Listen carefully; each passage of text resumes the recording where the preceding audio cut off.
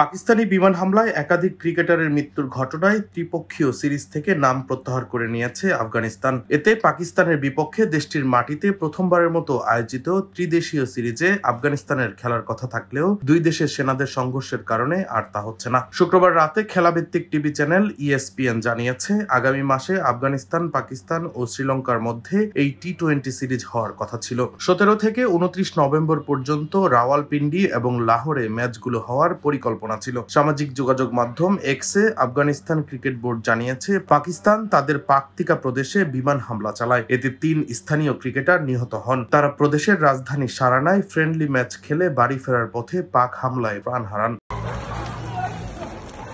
Desk report, Dainik destiny.